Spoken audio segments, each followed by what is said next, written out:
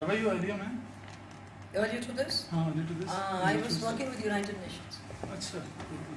In Delhi only? No, You were? outside. Outside. Central Asia. So how come all of a sudden to Pa? No, I'm an IS officer. That there is no. So after my foreign assignment, I returned to the country. So it got over. Yes. It got over. So then, because my seniority entitled me to a secretaryship. So you were 78 batch? I'm 80 batch. 80 batch. Shall we start? Yes, please. To start with, hope you have now settled down in the ministry.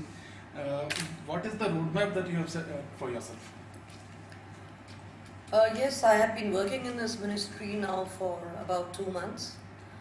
I have, however, the experience of working in the area of urban development, in the area of slum development and poverty alleviation for nearly 8 years in my state card.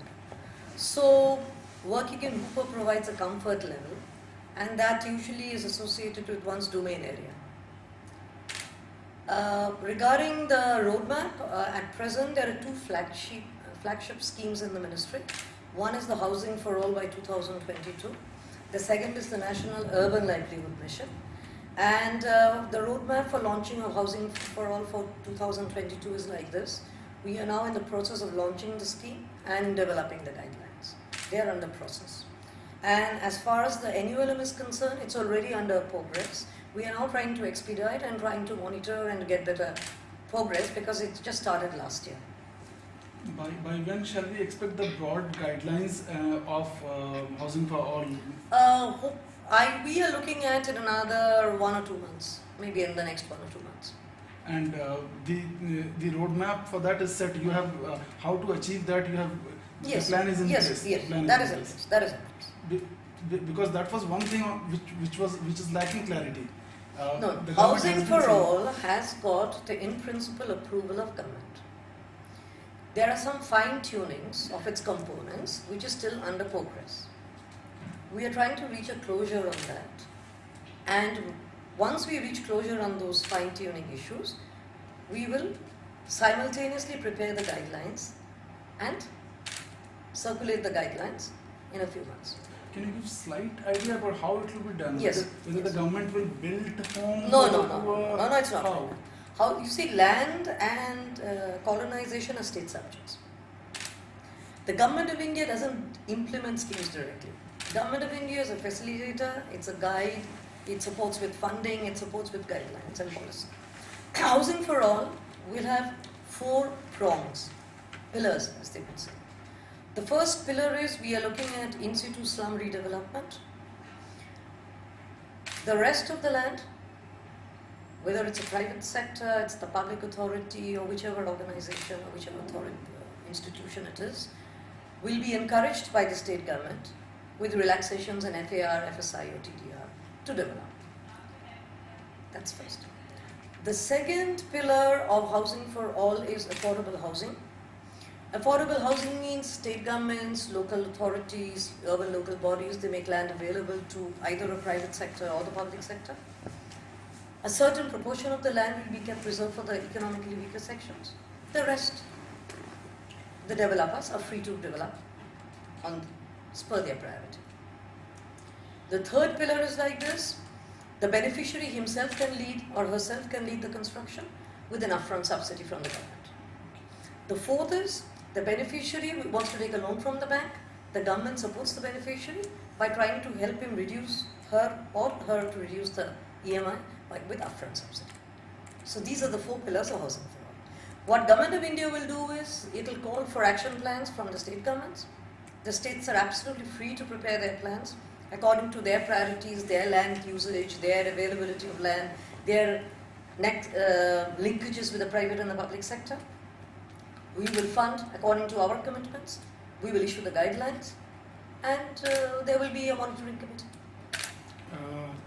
Post the land acquisition bill, the land prices are going to go up.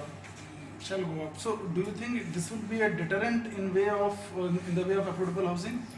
See, basically, the provision of adequate urban land for housing is in the domain of state government and city governments. So the responsibility of providing sufficient land to facilitate provision of land for housing is with the states and the city governments. Central government will be suggesting a set of reforms. This will be a part of the conditionalities in the mission to facilitate availability of land for affordable housing. So we are looking at state governments and city governments to make land available for the purpose of affordable housing, and we will make it as one of the reform conditions in our guidelines. So steps like earmarking of adequate land for affordable housing, adopting innovative concepts like land pooling for creating land banks, administrative and regulatory procedures for conversion. These are some of the innovations some state governments have taken. We will encourage other state governments to adopt similar procedures. State governments can also look beyond existing planning norms. They can allow more FAR, FSI and density norms. But of course this will also require a lot of infrastructural support. For this we are looking at the counterpart ministry, which is urban development, under their national urban renewal mission, to do the infrastructure. So we do the housing, they do the infrastructure, and the state governments benefit from it. Okay? Now the cabinet has given its nod to the regulatory bill. So it was not there in this one because it has happened just now. So by when we shall expect a regulator in place? See, yes, after the cabinet clearance, so it has to get the passage through the parliament and then receive the presidential assent. Once that happens, then obviously the government of India in this ministry will be issuing the notifications. Once the notifications get issued, then there will be a specific timeline within which all state governments will be requested to set up the regulator. So we can expect this to happen in the coming session? This, though, I'm not in a position to say, but we'll be doing the needful. Okay. Now, is the government taking steps towards technology upgradation, yes, which will reduce construction time and the costs of building? Absolutely. We are taking many steps towards technology upgradation to promote modern and innovative construction technologies, greener, environmental friendly building materials, so that not only we reduce the costs and the time, we also promote sustainable development. As a part of the mission, we are considering a technology submission. And we are going to network with willing IITs, NITs, other technical institutions. In addition, you would be aware, we have some bodies with us. One is the Building Materials and Technology Promotion Council, BMTPC, which specializes in cost-friendly as well as environmental sensitive, earthquake resistant building technologies. We have the HUDCO, which also looked into innovative building practices, the Housing and Urban Development Corporation Limited. We have the Hindustan Prefab Limited. So all these organizations, as well as the city and state governments, as well as the technological institutes, we are requesting all of them to help us with this technology submission. Okay. In terms of creating low-cost housing, can you name top 3 states which are most proactive? See, we will not talk about top 3 or bottom 3 because each stage is in a different stage of urbanization. And a lot depends on urban governance and a lot depends on the urban capacities. But yes, on the whole, the southern and western states have performed better. That is perhaps because they have higher urbanization and they have a stronger urban governance. But all states are coming up, but typically southern and western states have done better. Okay. Since long the sector has been demanding infrastructure status and industry status, this will help in generating low-cost funds for them. So, are you advocating their cause, the industry cause? We are constantly pursuing this with the finance ministry. Constantly. And how hopeful are you of getting these status done? What has been the response of the finance ministry? The finance ministry hasn't come back with any positive responses yet, but we are constantly persuading with them.